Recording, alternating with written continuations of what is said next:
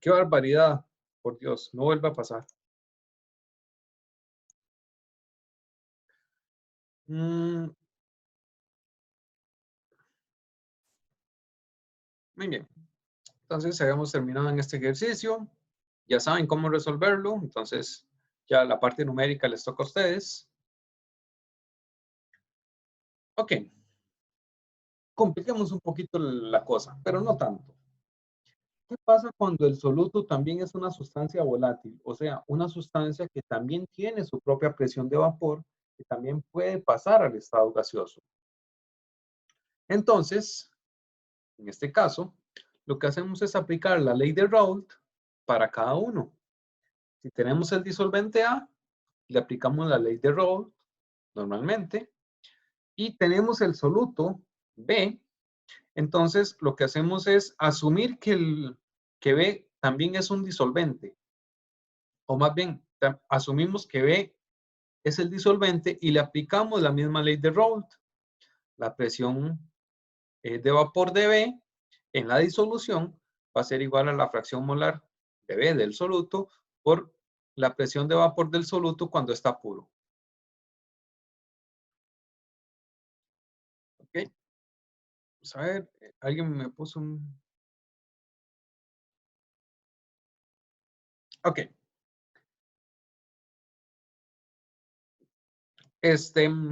Entonces, aquí lo que obtenemos es la presión de vapor de cada uno de los componentes. Sin embargo, la presión de vapor total de la mezcla va a ser la suma de cada una de las presiones de vapor parciales, de las presiones de vapor de cada uno de los componentes volátiles. Profe, ¿me puede hacer un favor? ¿Sí? ¿Puede repetirlo? Es que mi internet se fue y no sé, hasta ahorita volvió y no pude escuchar nada de lo que dijo. ¿Nada de qué? Y no sé, como desde que inició. Ok. Si tenemos un soluto volátil, esto quiere decir que no solo el disolvente va a tener una presión de vapor, sino que el soluto también tiene su propia presión de vapor y que puede pasar al estado gaseoso. Entonces, en este caso, digamos, es un poquito más largo el procedimiento, pero no es tampoco complicado. Lo que hacemos es que aplicamos la ley de Raoult para cada uno de los componentes.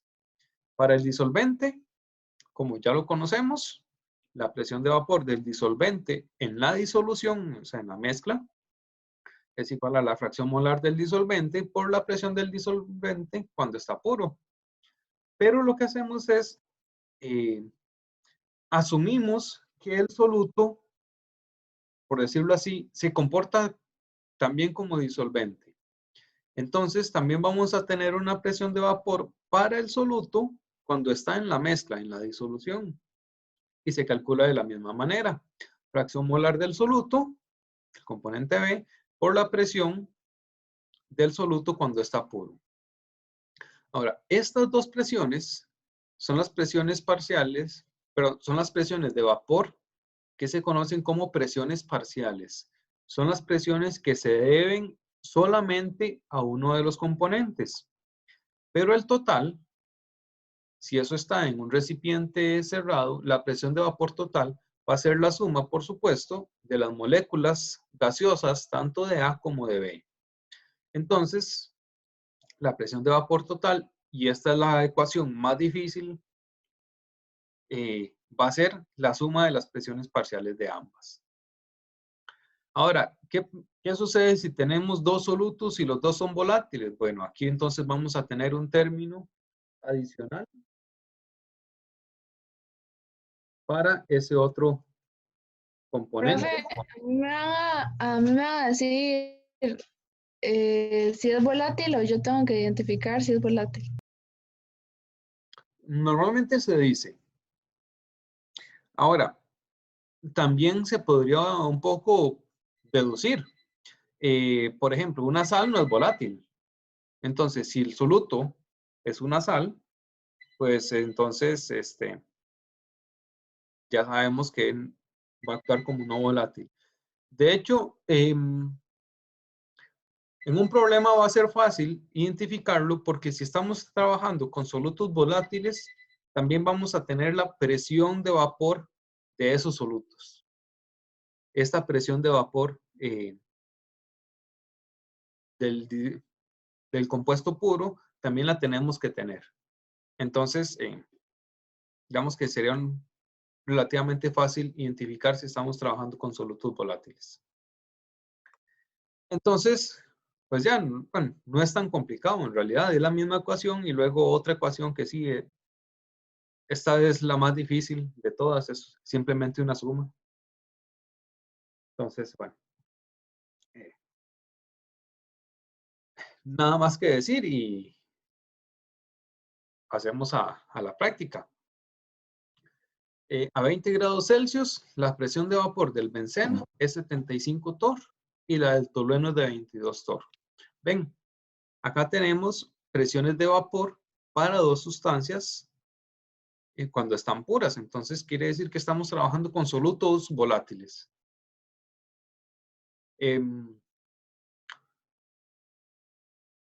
Asuma que el benceno y el tolueno forman una disolución ideal.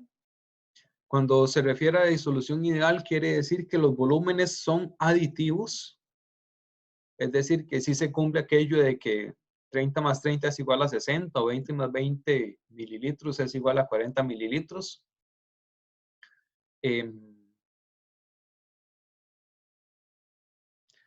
Ok, ¿cuál es la composición en fracciones molares de una disolución que tiene una presión de vapor de 35 torr a 20 grados Celsius? Y luego, ¿cuál es la fracción molar del benceno en el vapor sobre la disolución descrita en el inciso A? Entonces, acá hay una parte importante que es la de entender qué es lo que me están preguntando. Tenemos un recipiente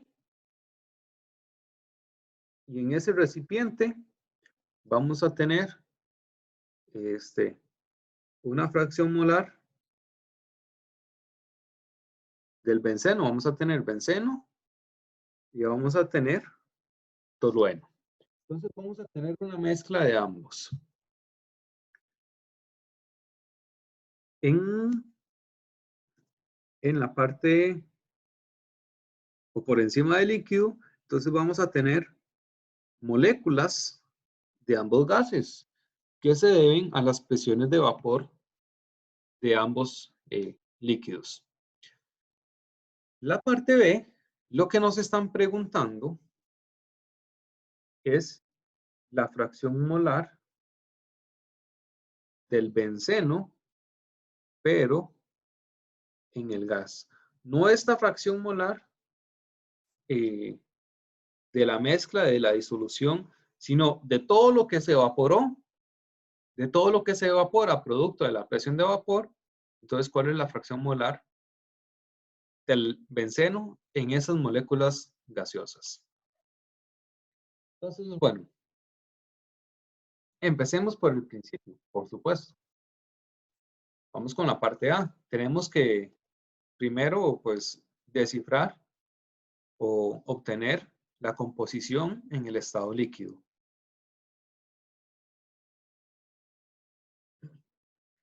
Muy bien. Entonces, aplicamos la fórmula. Ay, ¿por qué me hace esto esta pizarra? La presión total va a ser igual a la presión de benceno más la presión de tolueno. ¿Cómo se calculan las presiones de cada uno? Con la ley de Raoult. Presión total, que quedó esa T. Presión total va a ser igual a la fracción molar de benceno por la presión de benceno cuando está puro, más la presión, me acabo de dar cuenta que tengo un problema de nomenclatura. Ok, la presión total es igual a la presión de benceno calculada con la ley de Raoult, más la presión del tolueno, calculada también con la ley de Raoult como fracción molar del tolueno por la presión del tolueno cuando está puro. Muy bien. De acá, ya conocemos la presión de vapor del benceno cuando está puro. Ya conocemos la presión de vapor del tolueno cuando está puro. Y ya conocemos la presión de vapor total, que es 35 torr. Nos queda averiguar cuáles son las fracciones molares de cada uno de los componentes. Y aquí hay un problema. Tenemos dos incógnitas, fracción molar de benceno y fracción molar del tolueno, pero solamente una ecuación. Entonces, tenemos que buscar nuestra segunda ecuación. ¿Cuál va a ser la segunda ecuación? Recordemos que la suma de todas las fracciones molares tiene que ser igual a 1, como cuando sumamos porcentajes. Entonces aquí ya tenemos un sistema de ecuaciones de dos incógnitas y dos ecuaciones, lo necesario para resolver. Entonces despejamos. Puede ser cualquiera. Vean que en la A lo que nos pregunta es la fracción molar de los dos componentes. Entonces al final vamos a tener que calcular los dos. Fracción molar de benceno va a ser igual a 1 menos la fracción molar del tolueno. Y esta ecuación 2 la despejamos o la sustituimos en 1. Entonces, resolvemos. Presión total es igual a 1 menos fracción molar del tolueno por la presión del benceno cuando está puro, más la fracción molar del tolueno por la presión del tolueno cuando está puro. Hicimos la sustitución de la fracción molar del benceno. Resolvemos y despejamos. Presión total es igual a presión del benceno cuando está puro, más la fracción molar del tolueno por la presión del tolueno menos la presión del benceno.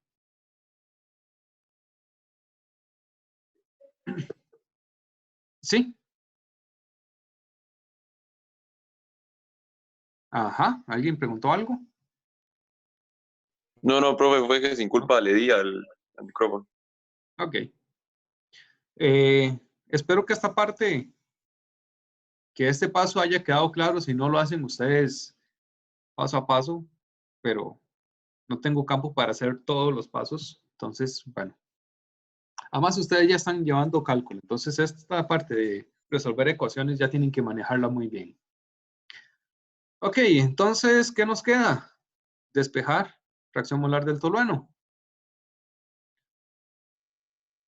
Presión total menos presión del benceno cuando está puro entre la presión del tolueno cuando está puro menos la presión del benceno cuando está puro. Esto es igual a la fracción molar del tolueno. Metemos datos. Presión total es 35 torr.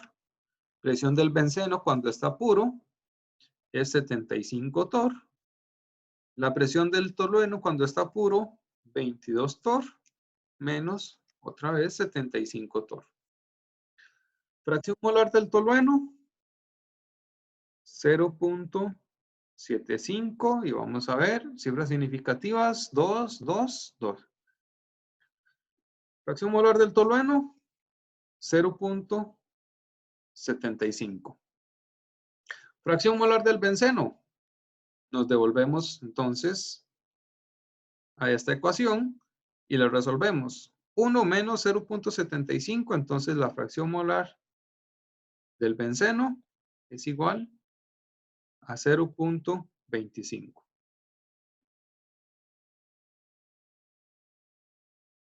Muy bien. ¿Claros hasta acá?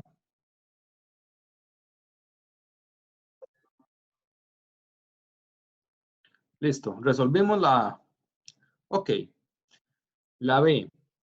¿Cuál es la fracción molar del benceno en el vapor? Es decir, en la fase gaseosa.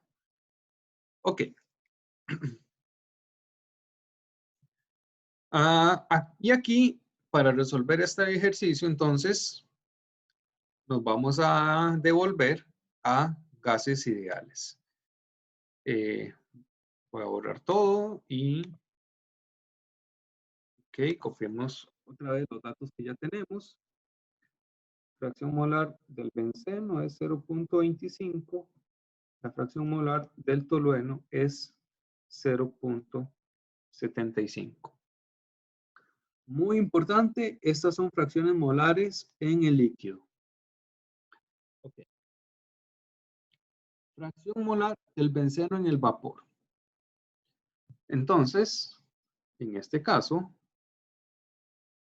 nos están preguntando otra vez por la fracción molar del benceno en el vapor, lo que quiere decir que nos preguntan por los moles del benceno en estado gaseoso entre los moles de benceno en estado gaseoso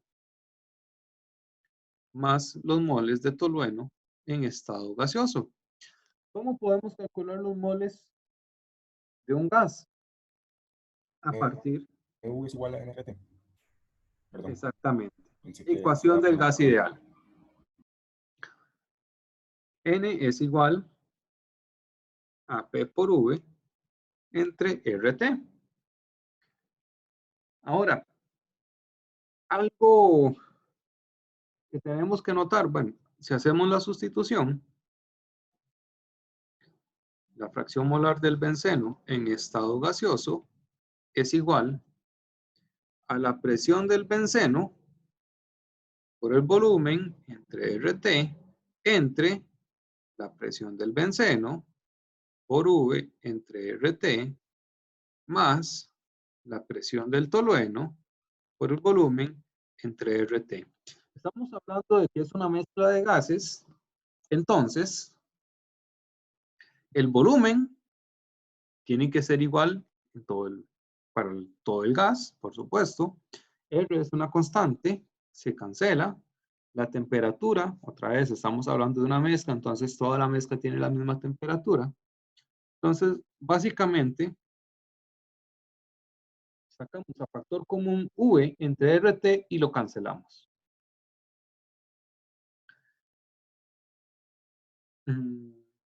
Poniendo esto más bonito,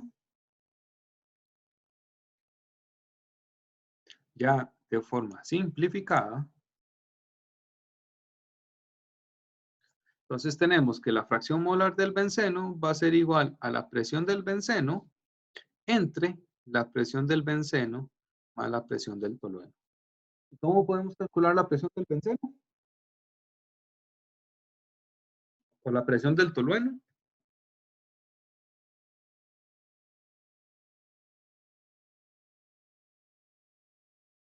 No me digan que con gas ideal porque... ¿Sí? ¿Cómo?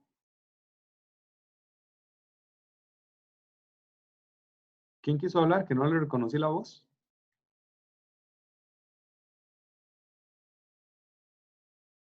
Les iba a decir que no me digan que con gas ideal porque de ahí venimos. Entonces sería devolvernos a donde ya estábamos. A ver, chicos, ¿de qué estamos hablando? ¿De qué propiedad coligativa? Presión de vapor. De la presión de vapor. ¿Cómo podemos calcular la presión de vapor?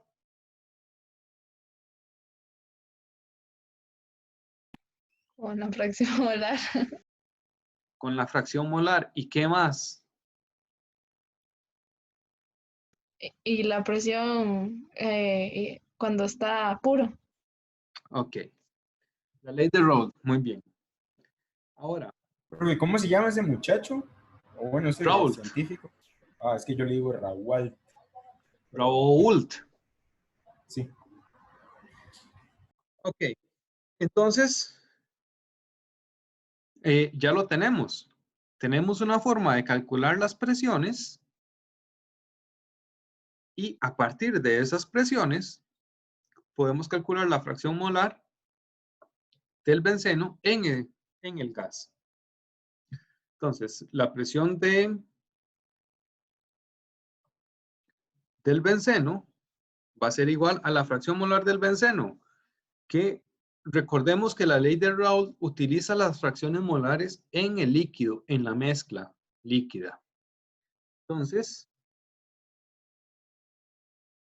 la presión del benceno va a ser 0.25 por la presión del benceno cuando está puro por 75 torr. Qué letra más fea. Espero que ustedes entiendan, que no es tan fácil escribir así. ¿Me podría volver a explicar lo de los volúmenes? ¿Qué de los volúmenes? Es que ahí usted dijo que la fracción molar es el número de moles entre el número de moles totales, ¿verdad? Ajá. Y luego para hacer ¿cómo le digo? Como para poder expresar esa cantidad de moles se hace con gas ideal, ¿verdad? Ajá. Ok. La cuestión es que usted ahí nada más lo transcribe como Como como presión. presiones. Ok. Ajá. La Entonces, que quiero ver es la del volumen. ¿Ese también se mantiene constante junto con lo demás? sí, claro, porque estamos hablando de una mezcla. No es que yo tenga un volumen de benceno y un volumen de tolueno, sino que todo está en una mezcla de gases. Ah, ok. Entonces tienen el mismo volumen. Por eso es que se Ok. pueden cancelar. Está bien. Bueno, gracias. Ay, sí, sí, muy bonito porque lo escribieron. Sí, cierto. Se puede escribir texto. Ya, déjenme hacer la letra fea. Así ustedes sufren lo mismo que yo revisando exámenes.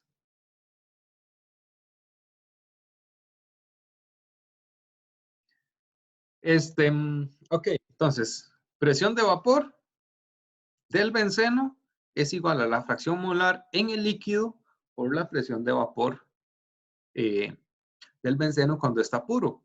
Y lo mismo para el tolueno. La presión del tolueno es igual a la fracción molar del tolueno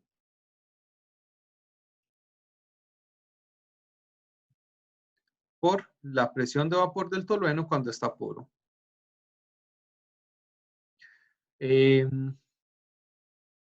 Hacemos los cálculos y metemos esos datos en la fórmula. Entonces, la fracción molar del benceno en la fase gaseosa va a ser igual a la presión del benceno, o sea, 0.25 por 75 dividido entre 0.25 por 75 más, ahora sí, la presión del tolueno, 0.75 por 22. Entonces, en la fase gaseosa, el benceno tiene una fracción molar de 0.53. Ahora, vean que en el estado gaseoso tenemos una fracción molar diferente al estado líquido. ¿Por qué? Veámoslo así. El benceno, ok, está en menor cantidad en el estado líquido, pero el benceno es más volátil. Tiene una presión de vapor más alta, entonces es más fácil que pase al estado gaseoso. Por eso, entonces, en la fase gaseosa, más bien tenemos mayor composición de moléculas de benceno que de moléculas de tolueno. Muy bien. ¿Preguntas? O sea, profe, para tomarle fotico.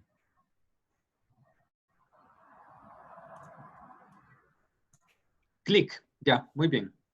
Listo. Se dobló la pizarra. Ok.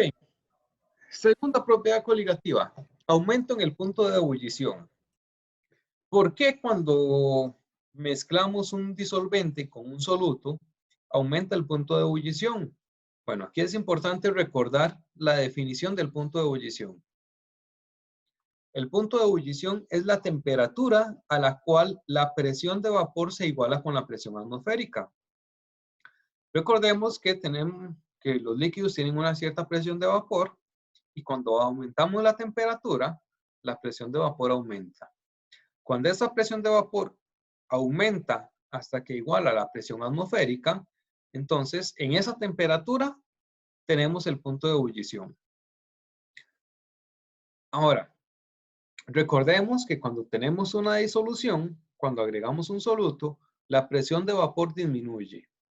¿Eso qué quiere decir? Si yo ahora tengo una presión de vapor más pequeña, yo tengo que calentar más para que la presión de vapor sea igual a la presión atmosférica. O sea, tengo que subir la temperatura todavía más. Si tengo que subir la temperatura un poco más para que la presión de vapor sea igual a la presión atmosférica, lo que me está queriendo decir es que el punto de ebullición tiene que aumentar también. ¿De acuerdo? ¿Eso queda claro? Si disminuye la presión de vapor, tiene que aumentar el punto de ebullición. Están directamente relacionados. Ahora, bueno, aquí pasamos a la fórmula de una vez. Creo que es porque después no tengo campo, entonces la puse acá. Profe, ¿puede repetir eso último, por favor? Es que no lo escuché. Ok. Si para una mezcla, para una disolución, disminuye la presión de vapor, que ya lo vimos antes, fue la primera propiedad coligativa. Si disminuye la presión de vapor, quiere decir que el punto de ebullición tiene que aumentar. Por la definición del punto de ebullición, que fue la explicación que acabo de dar. Si disminuye la presión de vapor, quiere decir que necesitamos calentar más para que esa presión de vapor sea igual a la presión atmosférica. Y calentar más significa aumentar más la temperatura. Que esa temperatura que estamos aumentando es entonces el punto de ebullición. Entonces, disminución en presión de vapor implica aumento en el punto de ebullición. La fórmula que vamos a utilizar para el aumento del punto de ebullición es esta que está acá. Nos dice que el cambio en la temperatura es igual a una constante que se llama constante ebulloscópica por la molalidad. Vean que esta M no es de masa, no es de moles tampoco, sino de molalidad. ¿Se acuerdan de molalidad? ¿Qué era molalidad? Pregunta. Moles de soluto entre kilogramos de disolvente. La molalidad es moles entre kilogramo. Profe, ¿cuál es el valor de la constante? El valor de la constante depende de cada disolvente. Es una constante que se encuentra en tablas para cada disolvente. Y, bueno, algo importante, ¿cierto? Las unidades de esa constante ebulloscópica. Veamos que al final tenemos un cambio en temperatura. Entonces, eso tiene que quedar como grados Celsius o grados Kelvin, perdón, o Kelvin. Y tenemos las unidades de la molalidad que tenemos que cancelarlas. Entonces, las unidades de la constante ebulloscópica van a ser, tienen que quedar en Kelvin y tienen que cancelar kilogramos y cancelar moles. Ok, entonces, vean que las fórmulas no son complicadas, las fórmulas de propiedades coligativas no son para nada complicadas.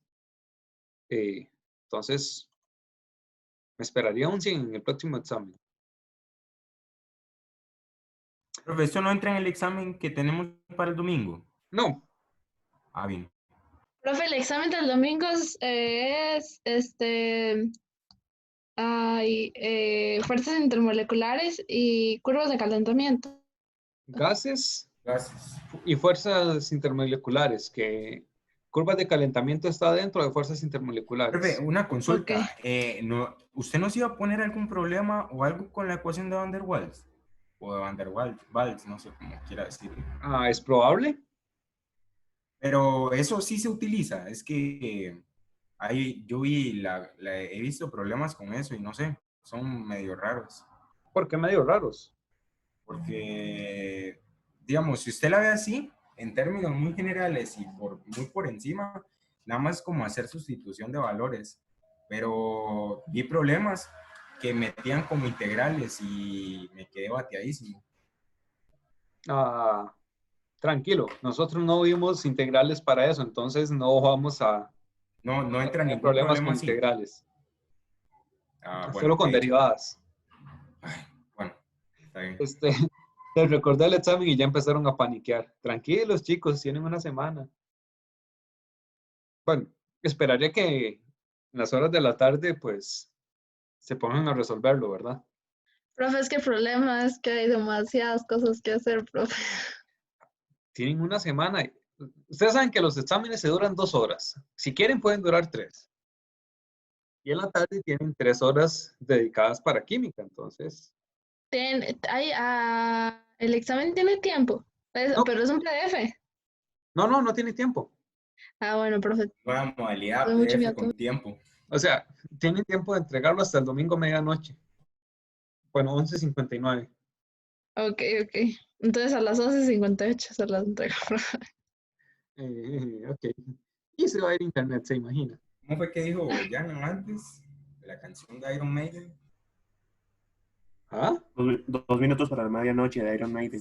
Y en realidad habla sobre un pacto satánico, pero bueno, está bien, no importa. 2 minutes to mean.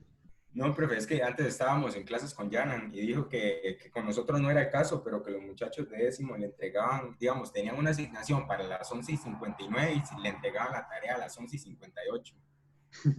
Entonces nos puso el ejemplo de esa canción de una banda de rock que yo no conozco. Maiden, man.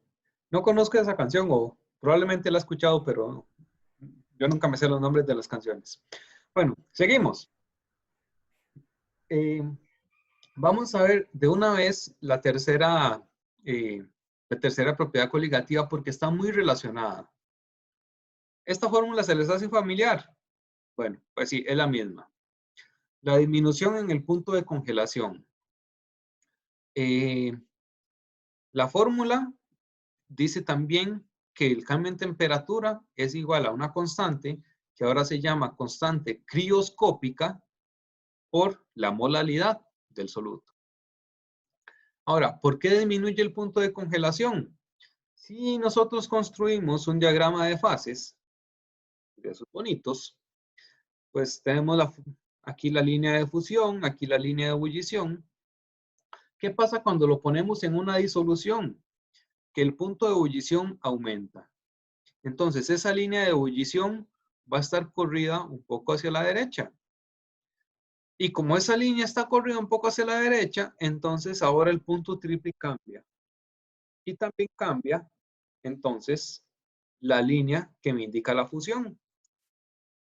Entonces, veamos. El punto de ebullición. ¿Qué pasó? El punto de ebullición aumenta. El punto de fusión disminuye. Ahora, algo muy importante. Los delta T que obtenemos, lo que nos dicen es la diferencia entre las temperaturas. Ustedes tienen que saber, bueno, siempre vamos a obtener, por decirlo así, de hecho, la fórmula sería más adecuada si lo ponemos como valor absoluto. El valor absoluto del cambio en temperatura es igual a la constante crioscópica por molaridad y en la otra, para punto de ebullición, el valor absoluto del cambio en temperatura es igual a la constante ebullioscópica por la molalidad. ¿Por qué es importante esto? Porque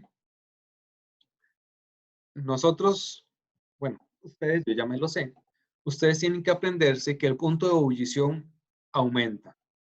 Entonces, para el punto de ebullición,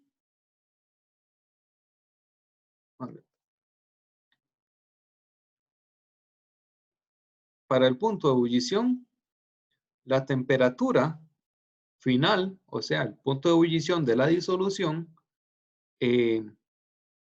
va a ser igual a la temperatura inicial más el cambio en temperatura. Y para el punto de fusión, la temperatura de fusión final de la disolución va a ser igual a la temperatura inicial menos el cambio en temperatura. Recordemos, en fusión disminuye y en ebullición aumenta. En fusión disminuye, signo negativo. En fusión aumenta, signo positivo. ¿De acuerdo? Muy bien.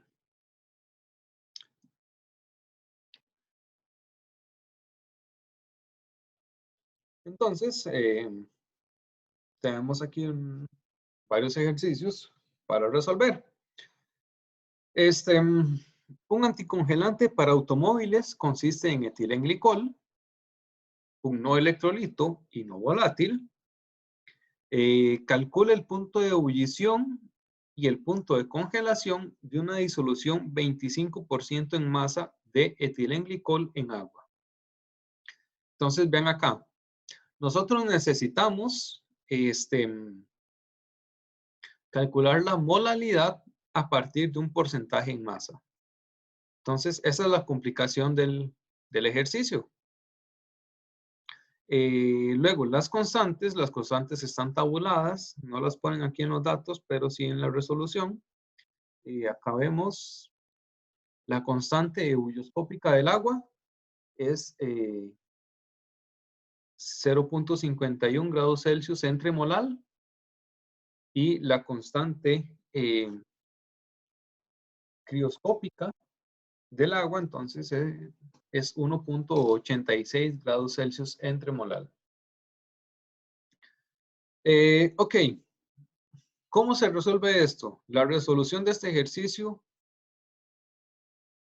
se basa en obtener la molalidad de la disolución.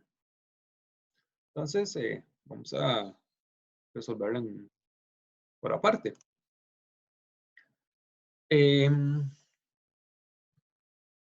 Sabemos que es 25% masa en etilenglicol y el etilenglicol, que tiene una fórmula, vamos a simplificarla, C2H6O2.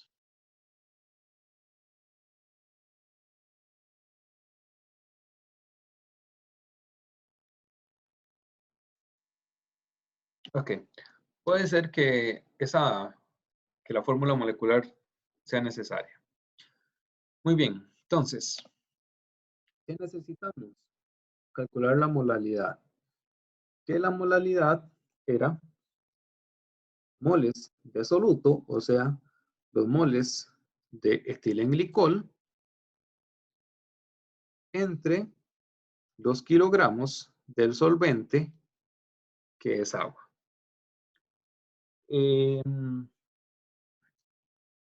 ¿Cómo obtenemos los moles del etilenglicol?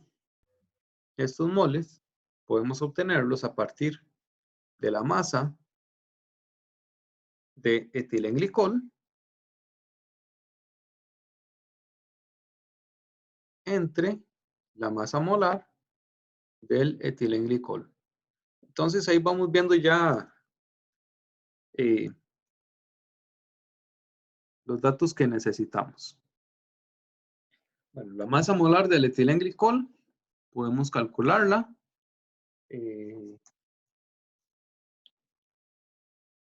2 carbonos por 12.01 gramos por mol, más 6 hidrógenos por 1.008 gramos por mol, más 2 oxígenos por 15.99 gramos por mol. Esto nos da 62.048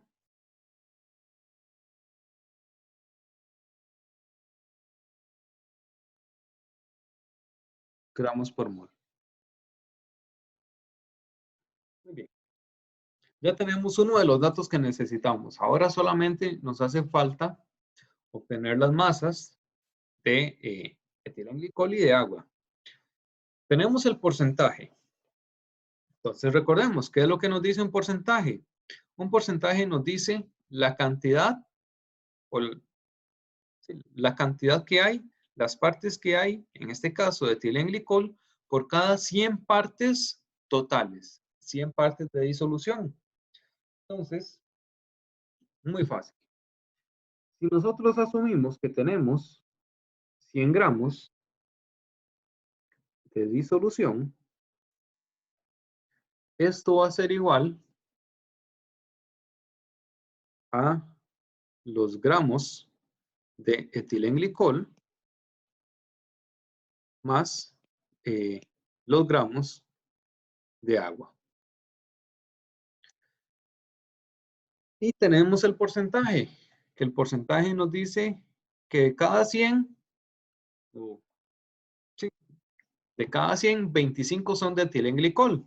Entonces, de cada 100 gramos de disolución, vamos a tener 25 gramos de etilenglicol y el restante, 75 gramos, van a ser de agua. Muy bien.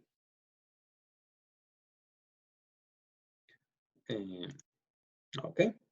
Entonces, ¿Me quiere el porcentaje más o más?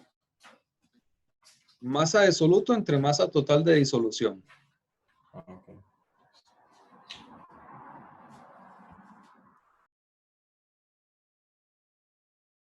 Muy bien, entonces ya tenemos esas masas. Voy a pasar a borrarlas para pasarlas para arriba. Ok, entonces tenemos 25 gramos de etilenglicol y voy a ponerlo por acá, 75 gramos de agua. ¿Qué necesitábamos? Obtener los moles de etilenglicol. 25 gramos de etilenglicol por un mol de etilenglicol que tiene 62.048 gramos. Eso nos va a dar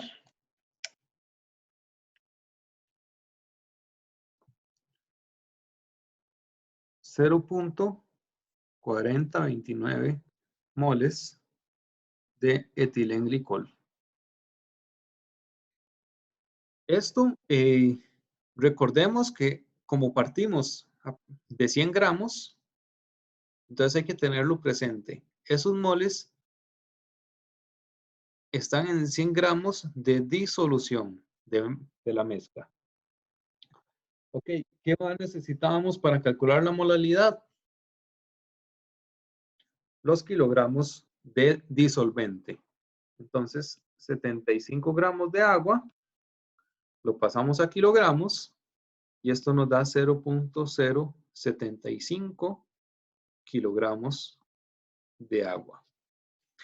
También haciendo la acotación que esto es por cada 100 gramos de disolución.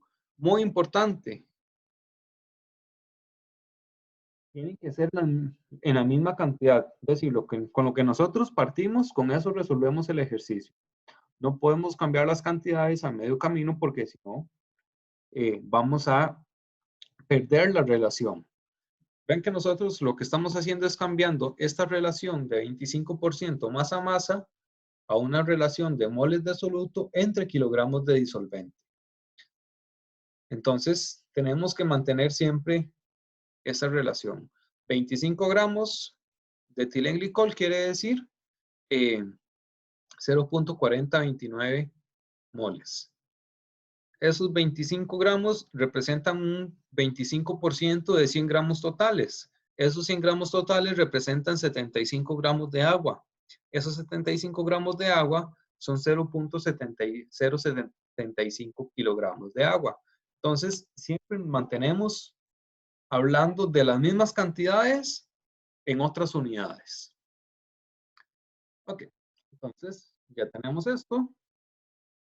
Vamos a hacer campo.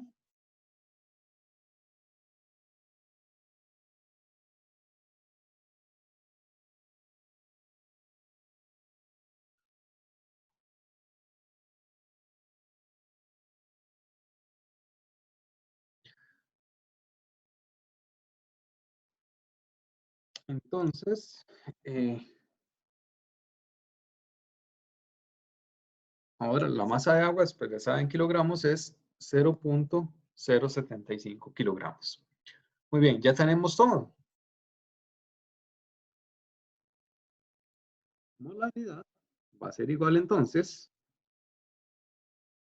a los moles de soluto, 0.4029 moles, entre kilogramos de disolvente, 0.075 kilogramos. Molaridad es entonces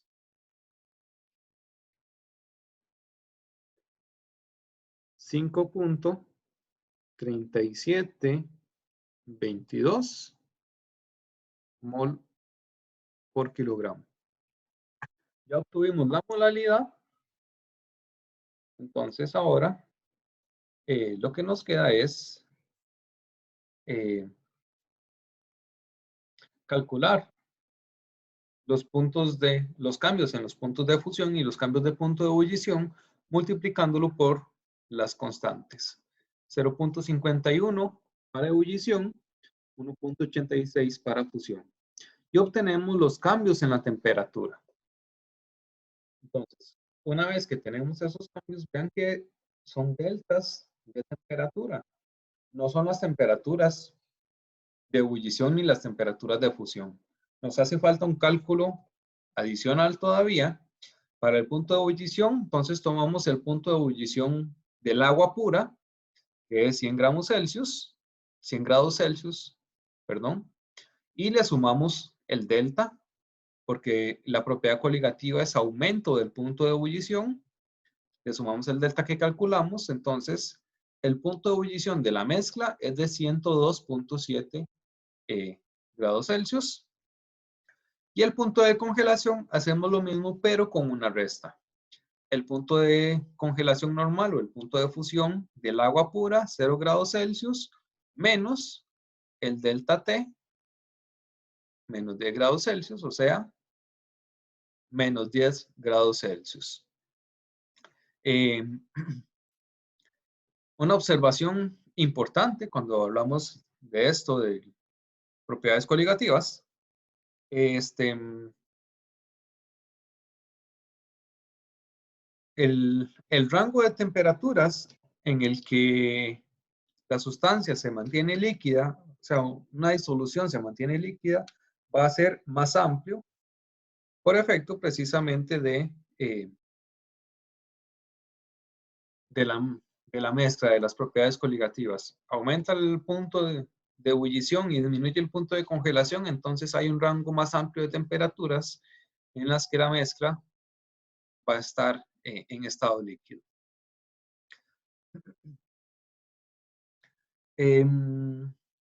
Este ejercicio de práctica calcula el punto de congelación de una disolución que contiene 0.6 kilogramos de cloroformo CHCl3 y 42 kilogramos de eucaliptol C10H8O. Acá nos dan una información adicional que es que bueno, información de relleno básicamente, que el eucaliptol se obtiene de los árboles de eucalipto y es lo que les da precisamente ese olor característico. Y acá sí nos está haciendo falta algo, que es la constante crioscópica para el cloroformo, que está en la tabla 13.4. Entonces voy a buscarlo un momento.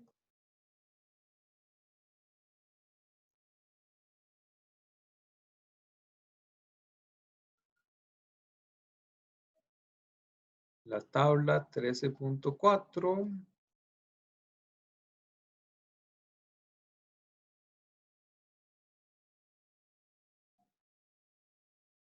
Ok.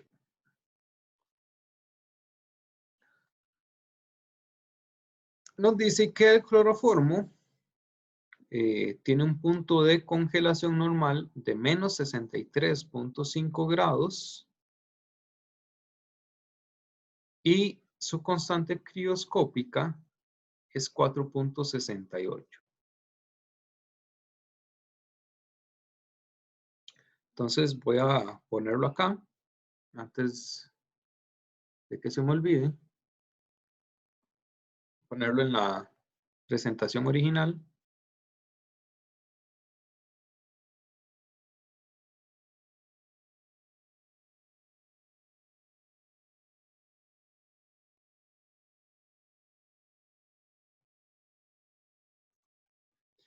Punto de fusión del cloroformo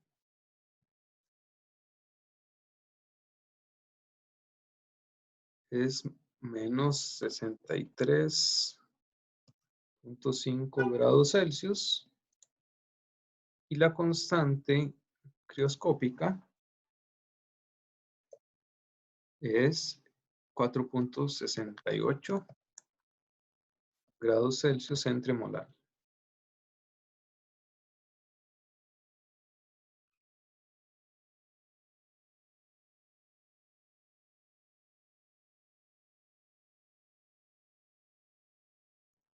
Ok.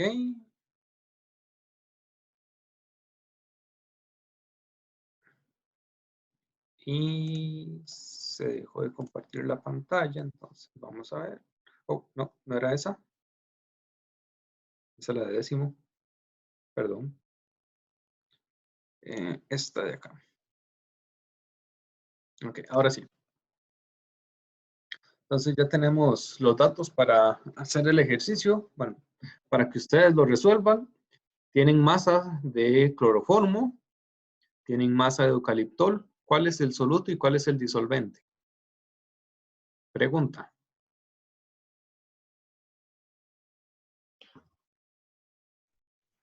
El disolvente es el eucaliptol. El soluto. Ajá, qué susto. El soluto, bueno, el disolvente siempre va a ser el que está en mayor cantidad. Entonces, en este caso, el cloroformo. De hecho, vean que los datos que tenemos van a ser para el cloroformo. Entonces, eso por ahí también nos da pista. Y el soluto va a ser el eucaliptol. Entonces, bueno, la molalidad, recordemos, es moles de soluto entre kilogramos de solvente. Ya tenemos los kilogramos de solvente. Solamente hace falta calcular los moles de eucaliptol que representan estos 42 gramos. Y tenemos la fórmula, entonces pueden calcular la fórmula molecular, hacer el cálculo de moles y obtienen la molalidad. Posterior a eso, entonces, lo que hacen es aplicar la fórmula que nos dice que el cambio en la temperatura de fusión es igual a la constante crioscópica por la molalidad. Y el punto de fusión de la disolución va a ser igual entonces a menos 65, perdón, al punto de fusión del cloroformo puro, menos 63.5 grados Celsius, menos el cambio en temperatura de fusión. ¿De acuerdo?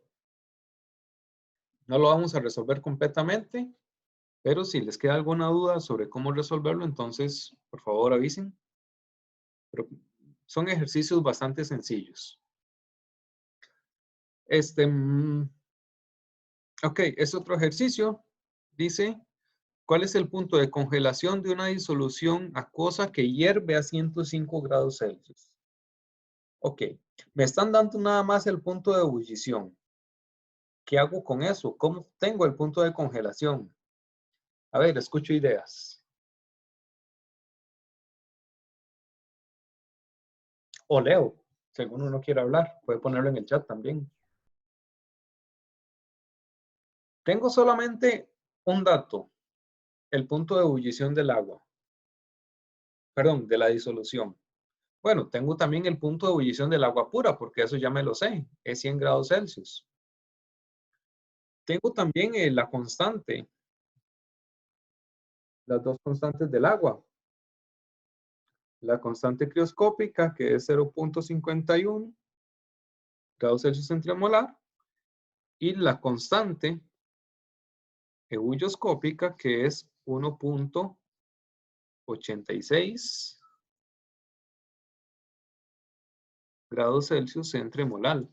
Eso está en tablas y, bueno, podemos verlo también en el ejercicio anterior.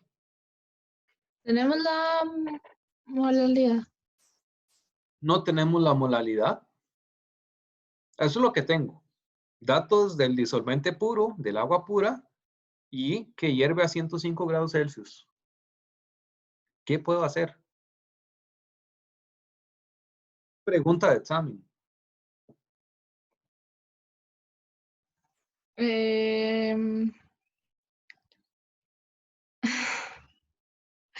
Si la disolución acuosa, no, Profe, esa temperatura no es como la suma de las temperaturas en las que bulle lo que conforma la disolución. Sí, ese es el punto de ebullición de la disolución. Profe.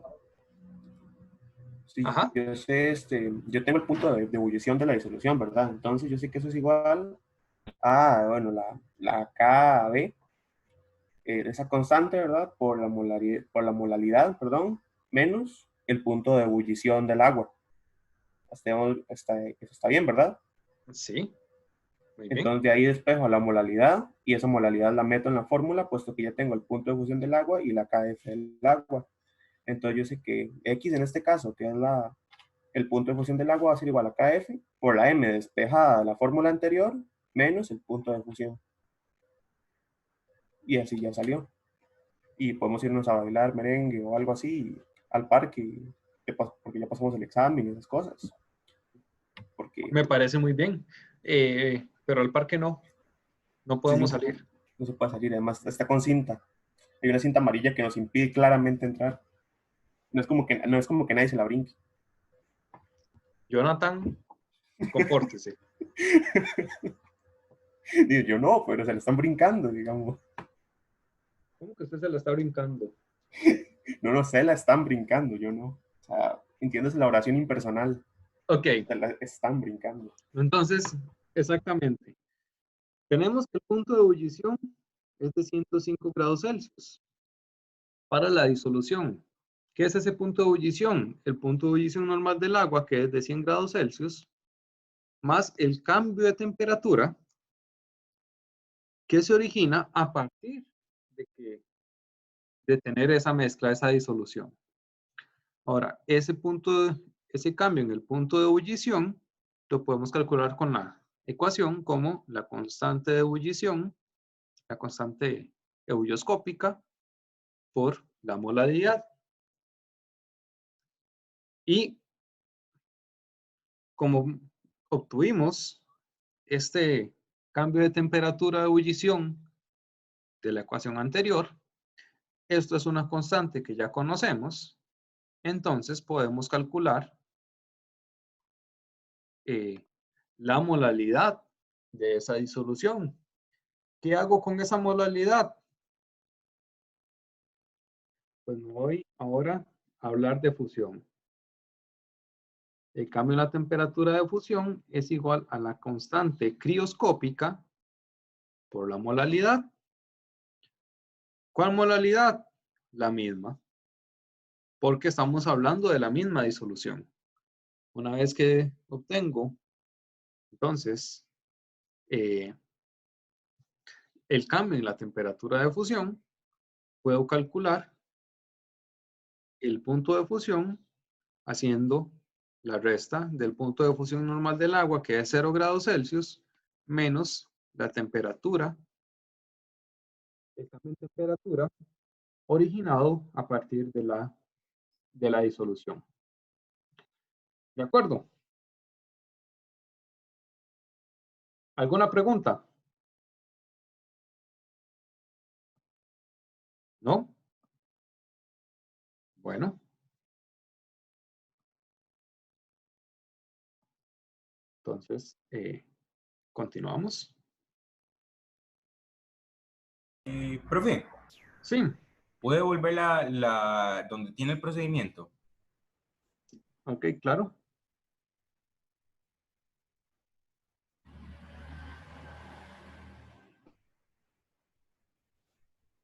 Listo. Ok, de acuerdo. ¿Hay alguna duda con alguna de las 3 propiedades coligativas que hemos visto hasta el momento?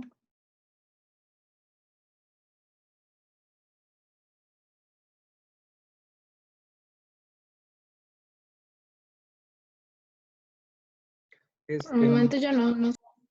Ok. En veces, vean que punto de ebullición aumenta y punto de fusión disminuye. Son opuestos. Entonces uno en veces tiende a enredarse. Tal vez piénselo de esta manera. El más alto, o sea, el punto de ebullición, va a ser todavía mayor, todavía más grande. Entonces, el punto de ebullición, que es la temperatura mayor, va a ser todavía más alta, se va a ir para arriba. Y el punto de fusión, que es el más pequeñito, más bien va a disminuir. Se va a hacer más para abajo todavía. Entonces, creo que es una forma en la que a uno que uno se lo puede aprender. Otra cosa también son 4 propiedades coligativas. Hay 2 que aumentan y 2 que disminuyen. Disminuye la presión de vapor y disminuye el punto de congelación. Mientras que las que aumentan son el punto de ebullición y la cuarta, que sería la presión osmótica.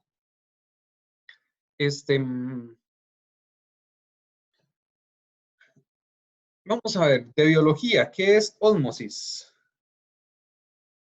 Es básicamente la regulación de concentración en un medio donde hay agua y una sal, o bueno, cualquier otra cosa que se pueda disolver. Por ejemplo, lo que viene siendo células. En una célula, básicamente usted va a querer que dentro de la célula haya la misma concentración de sal y otros disolventes en agua que lo que hay afuera. Por tanto, la célula o va a sacar agua o va a meter sal dependiendo de cuál sea este gradiente de concentración, que siempre se va a tender a ser cero. Es por esto que, por ejemplo, cuando tomamos alcohol, se nos puede producir dolor de cabeza, ya que el alcohol lo que hace es chupar el agua que está en el cuerpo, ¿verdad? La convierte en azúcar y le disminuye. Por tanto, las células lo que hacen es sacar agua de la que tienen adentro, ¿verdad? Para poder igualar ese gradiente de concentración. Y las neuronas son muy, muy sensibles a este cambio tan brusco en la concentración y por eso es que nos dan dolor de cabeza. Ajá, muy bien. Equilibrio en química. Siempre nosotros vamos a tener equilibrio. Si tenemos 2 disoluciones con diferente concentración, y las ponemos en contacto, van a querer entonces terminar con la misma concentración. Vamos a ver, si ustedes mezclan, o por ejemplo, si ustedes tienen un café y le agregan 5 cucharadas de azúcar porque no se estaban dando cuenta de que le estaban agregando tanta azúcar y lo prueban, eso les sabe a jarabe. ¿Qué hacen ustedes? Agregar café puro para diluir. ¿Qué es lo que están haciendo? Bueno, están uniendo una disolución con alta concentración de azúcar, el café con las 5 cucharadas, con una concentración con una disolución con baja concentración de azúcar. El café, como viene del coffee maker o del pichel, sin nada de azúcar. Entonces, cuando se ponen ambas en contacto, van a terminar con la misma concentración. Lo que sucede con ósmosis es que hay un pequeño problema, una pequeña barrera que me permite el paso de las moléculas del disolvente, pero no de las moléculas del soluto. Entonces, si yo tengo dos disoluciones con concentración diferente, lo más fácil es que pasen soluto y disolvente y así se me igualan las concentraciones. Pero en ósmosis tenemos una barrera que no me permite el paso de las moléculas del soluto, que van a ser moléculas más grandes y no caen por los pequeños orificios de esa barrera que tiene que ser una membrana semipermeable. Una membrana, bueno, que tiene que ser permeable para que logre pasar las moléculas del disolvente, pero no puede ser tan permeable que permita pasar todo. Entonces, tiene que ser una membrana semipermeable. Entonces, ¿qué sucede en ese caso? Como lo mencionó Jonathan, hay movimiento del disolvente. Lo más común que vamos a encontrar en este caso es agua. ¿Por qué se mueve el agua? Cuando el agua pasa de la zona con menor concentración a la zona con mayor concentración, lo que vamos a hacer es diluir este soluto que estaba acá y vamos a reducir su concentración. Ese es el proceso de ósmosis. Pasar solvente de un lugar con menos concentración a un lugar con más concentración. Parece tal vez como un poco absurdo, porque estamos aumentando el volumen de un lado, a pesar de que la lógica a nosotros nos dice que si tenemos un líquido en dos recipientes que tienen intercambio entre ellos, pues deberían mantener el mismo nivel. Bueno, no sucede.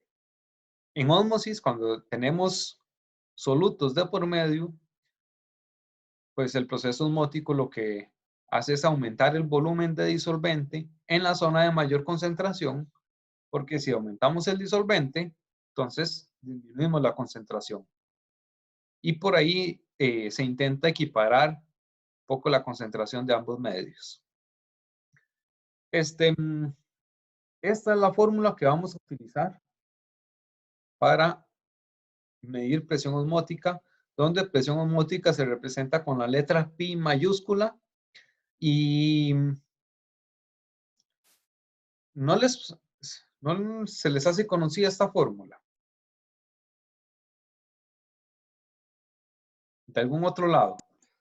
Esta es la de gas ideal. Es la misma fórmula del gas ideal, solamente la P de presión lo vamos a cambiar por un pi de presión osmótica. Profe, pensé que lo que usted nos quería decir con poner ese pi ahí era como una presión sub I, pero no. No, es la presión, en ese caso lo vamos a representar con la letra griega pi en mayúscula. Es como la forma de diferenciar la fórmula de presión osmótica de la fórmula del gas ideal, pero en principio es la misma. Ok, entonces, esto es esta, por decirlo así, es la definición de la presión osmótica. Tenemos un disolvente puro y tenemos una disolución separados por una membrana semipermeable. El disolvente puro pasa a la disolución el solvente, el soluto no puede pasar a través de la membrana semipermeable, entonces lo que pasa es el soluto y aumenta el volumen de la disolución hasta que llega a un equilibrio. Ese equilibrio es el peso que genera esa cantidad adicional de volumen. Recordemos que ahí la gravedad siempre está teniendo un efecto, entonces la gravedad me está empujando esto para abajo y la presión osmótica me la empuja más bien a que el disolvente pase a la disolución. Si no existiera la gravedad, todo el disolvente pasaría a la disolución para diluirla por lo máximo posible. Pero tenemos por ahí el efecto de la gravedad. Ahora, resulta que esta diferencia en alturas, esta diferencia en volúmenes, me genera una presión que va hacia abajo, que es lo que se conoce como presión osmótica. Si yo aplico esta presión sobre la disolución, digámoslo así, si yo hago una fuerza adicional equivalente a esta diferencia de altura, a la fuerza de gravedad que me genera este volumen adicional, si yo genero una fuerza igual a ese valor, yo voy a obtener otra vez los mismos volúmenes. La presión osmótica es esa presión que yo tengo que ejercer para contrarrestar la fuerza de empuje de la ósmosis. Ahora, relacionado con lo que nos contaba Jonathan, la ósmosis pues es un proceso natural y se da mucho en las células. De hecho, creo que en biología se hace un laboratorio, no sé si ya lo hicieron, de poner células vegetales en un medio más diluido, en un medio isotónico, y entonces la célula se infla por la absorción de agua y luego se puede poner también en un medio más concentrado, en un medio hipertónico, y lo que hace la célula es desinflarse porque el agua sale para diluir el medio que lo rodea que está más concentrado. Entonces son dos efectos que se ven bastante bien en el microscopio. Vamos a terminar por acá. Continuamos dentro de 15 días con propiedades coligativas, bueno, con ejercicios y prácticas de presión osmótica, con otros datos importantes a la hora de hacer cálculos con propiedades coligativas. Vean que muchos ejercicios decía que estábamos trabajando con solutos no electrolitos. Entonces, ¿qué sucede si nosotros empezamos a trabajar con electrolitos? Entonces, ahí ya tenemos que hacer unos pequeños cambios a las fórmulas. También otras utilidades de estas fórmulas de propiedades coligativas, simplemente datos que podemos despejar, cosas por el estilo. ¿Alguna duda que les haya quedado?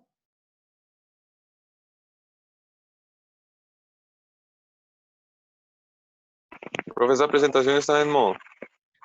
No, pero apenas termine la clase la voy a subir al modo, a la carpeta de 11º. Gracias. Ahí están los ejercicios y hay varios ejercicios también al final que pueden irlos resolviendo si quieren practicar.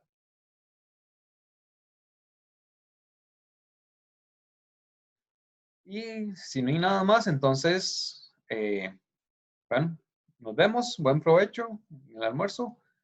Nos vemos dentro de 15 días y recuerden el examen para el domingo.